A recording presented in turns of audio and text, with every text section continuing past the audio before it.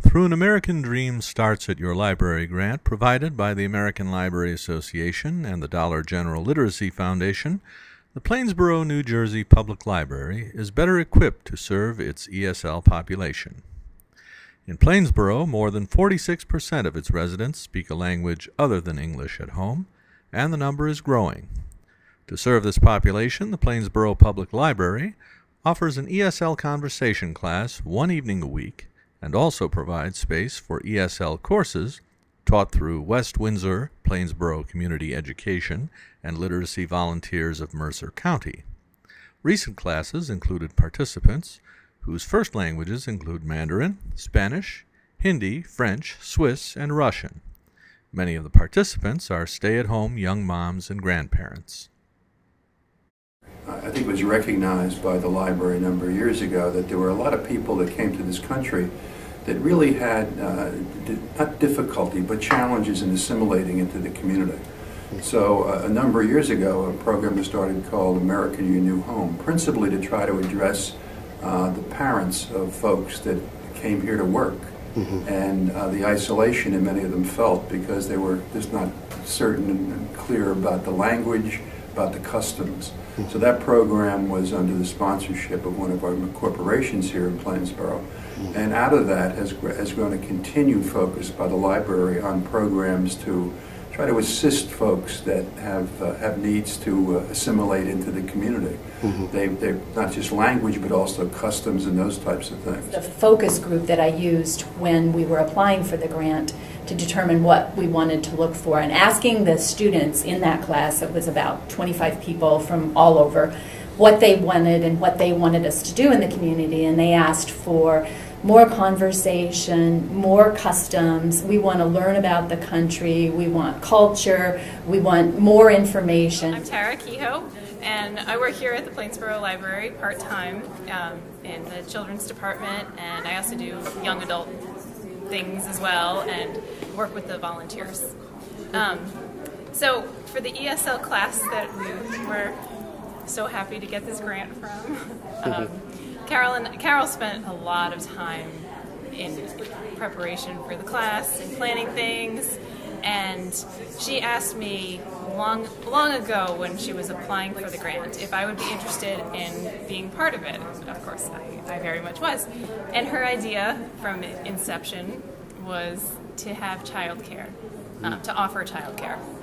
I guess in interviewing the community, we do a lot of other ESL things here at the library. We always have, like we have a conversation class that meets weekly and things like that. And being Plainsboro, we have a huge population of people from other countries that speak other languages.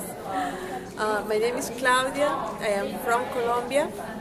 I am very happy to participate in this class with the program from Rock Cafe. It's very necessary to learn English because English is the first language in this country, and anything the life is necessary. Yes, I can work and learn from work. It's necessary for me.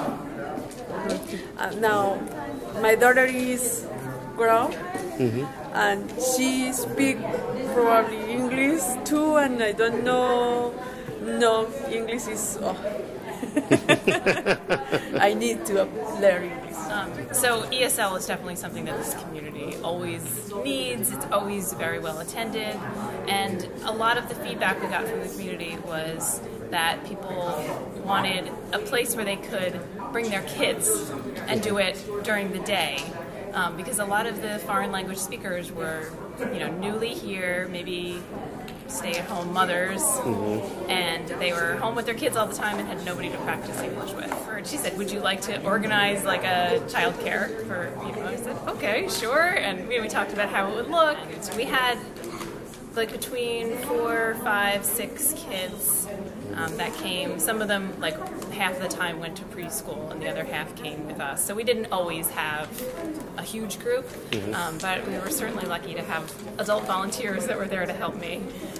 So yeah, they came in and met, and we just basically were in our story time room, which is this nice, comfy, sunny room with carpet, and we just played. We had, a whole bunch of toys out, and little blocks. They were all different ages, which was one of the challenges. We had one little boy. He's not here today, unfortunately, but he was under 2, so he was really a baby. Right. And he really needed one person. Yeah. Like carrying him or rocking him in the stroller or doing a one-on-one thing with him all the time. So we did, about 20 minutes to 30 minutes of story time. Mm-hmm. And then we would go and have a little snack. When it was nice out, which it was for more than half the beginning of the class, we would go out on our patios upstairs, which are, contained so nobody can, run away or fall off anything, but fresh air, which is always really nice. And we'd bring juice boxes and animal crackers, and we'd stay out there and have our little snacks, and then we'd just bring some toys out there, and sometimes we do Play-Doh and things like that. They never wanted to leave class on time because the end was conversation, and they just wanted to stay and keep talking and practicing. They were so enthusiastic. So eventually it was like, well, we have to go. So we would bring our kids in. So this is something that I felt very strongly about because, as I said before, one of our major focuses over the last 40 years has been to try to make people feel welcome. So what we did for the Cultural Crossroads class that we had for the 16 weeks is we brought in members of the community, and I appreciate the township support. They're very helpful to us and in giving us things that we need. We had a policeman come over and talk to them one day. We had a fireman come and talk to them. The mayor had mentioned our new hospital that we have, and the outreach person from the hospital came and she taught them how to read food labels, and she also gave us a very personal guided tour of the hospital. And I had an opportunity to attend recently the graduation of this most recent class that you folks have sponsored for us, and I just was delighted. It was delighted because not just of what they'd learned during the 14 or 16 weeks, but also the feeling you got in that room. These people were just having a great time. They were talking to one another. There was tremendous diversity of countries. There must have been 12 or 15 countries represented in that group.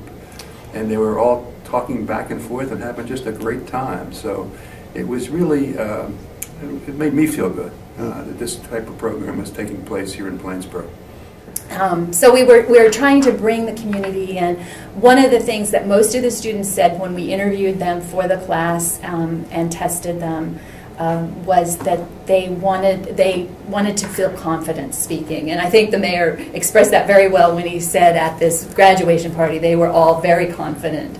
The township sponsors a traditions program in early December, and my group participated in that. About 6 of them participated in that. 2 of them got up in front of audiences and sang. One of them did Japanese Korean calligraphy. One of them taught Varley painting, which is an Indian painting, and to little kids. So I think that we have really integrated them into this community, and I think that they feel very comfortable coming here now, and they feel very much a part of the community. And some of the students have decided that we used to meet on Tuesdays and Thursdays, so now on Tuesday mornings they meet in the library down in the cafe area just to talk to each other. And as the mayor was saying too, we have, I think it is 13 different countries represented and languages represented in the class. So it's amazing to see them conversing with each other, feeling confident. The need for it continues, and the mayor has offered to help us continue this program with the grant ending to continue doing this kind of thing in the community, and I think that we really need it. Our support goes, this program is a very important part of a much larger effort on Plainsboro Township's part. The library is a very important component of that overall, and they offer, as Carol mentioned, they offer a number of different opportunities and programs that help us meet our goals basically in Plainsboro. You should understand this library is about 3 or 4 years old and represents the largest capital expenditure that Plainsboro ever made. And we did that consciously because we recognize the importance of this facility and the programs that they offer to the community. And that's been returned, I think, by the acceptance and support and enthusiasm that our people have for the library and what they offer.